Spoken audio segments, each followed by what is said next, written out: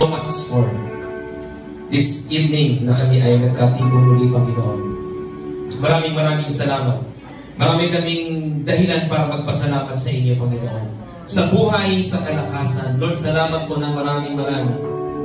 At higit namin dalangin sa gabing ito, Lord, na maintindihan namin at magkaroon kami ng mga panibagong mga kaalaman, karunungan mula sa iyong mga salita, Panginoon. Ipagalugod po sa amin ngayong gabi ang puso na tapat at bukas para sa iyong mga karunungan. Maraming pong salamat. I-challenge po kami, i-encourage po kami, Panginoon, at i-inspire po kami ng iyong mga salita ngayong gabi ito. Maraming pong salamat at pag-decide po kami ngayong gabi sa aming pagsamba. Pagpapasalamat po namin sa iyong kabutihan. Patuloy po namin kayong itataas sa mga buhay po namin.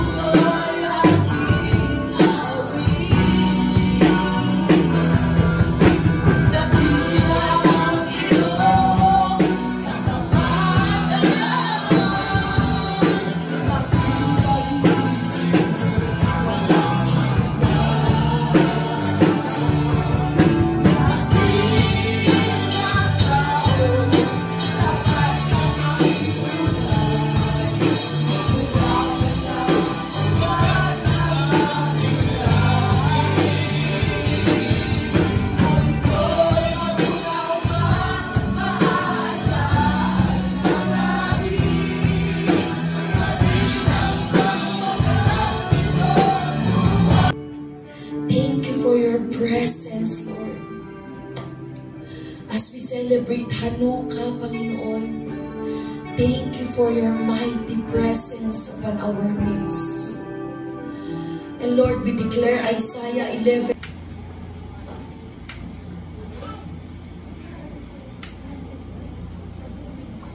Natin yung blessing ng Panginoon, and then you will translate it in English. The congregation will say in English. Baruch ata Adonai, itas mo, kamay mo sa kanila. Baruch ata Adonai, miled hoalam, asher kedshano bimix botak, vici vano ulhadlik, nershi Hanukkah. Blessed are you, O Lord our God, ruler of the universe, who has sanctified us with your commandments and commanded us to kindle the lights of Hanukkah. Baruch ata Adonai Eloheinu melech haolam she'asha nishim lavotino yamim him basman hashim. Blessed are you, O Lord our God, ruler of the universe, who made miracles for our forefathers in those days at this time. Baruch ata Adonai Eloheinu melech haolam she'hepiano Veyamano Veheviano Lasman Hazeh. Blessed are you, O Lord our God, ruler of the universe, who has kept us alive, sustained us, and brought us to this season. Amen. Amen.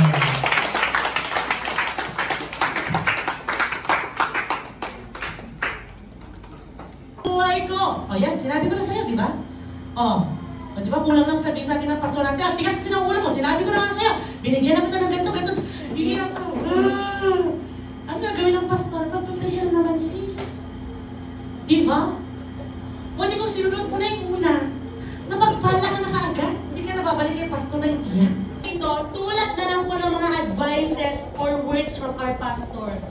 Madalas kapag hindi tayo sumusunod sa mga instructions, directions, di ba po napapariwara tayo? Tapos saan tayo babalik ulit? Kay pastor. Pastor, nag-fail ako dito. Isang punto ng buhay ko na, Lord, next month na lang, next month na lang, ipunin ko na lang, tapos isang bagsakan na lang. Alam niyo po, at the end of the day, ito po ang realization ko this year. Mali po pala na hinihiram natin yung tithes. Kasi kahit binabayaran po natin siya, useless na po. Kasi ako ganun po eh. 1 month, 2 months, Lord, next month ulit. 2 months. So babayaran ko siya ng isang bagsakan, mali po pala yun. And dun po nakapasok ang kaaway sa amin. Kasi wala na po akong connection kay Lord eh. Nawala. Walang protection ni Lord. Yung resources namin walang protection. Kasi, alam mo, one time po pagbaba ko ng hagdan, umupo ako sa couch. Hey, sundan niyo po ako ha. I will trust God, in my difficulties. Because He is my abundant provider. I will obey. Even when it doesn't make sense. Knowing that my faith opened the doors to His miracles.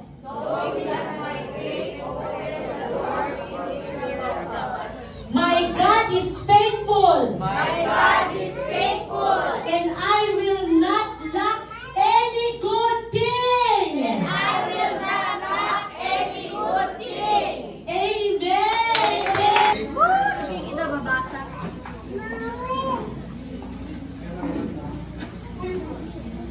Siya lang ba to? Teka na.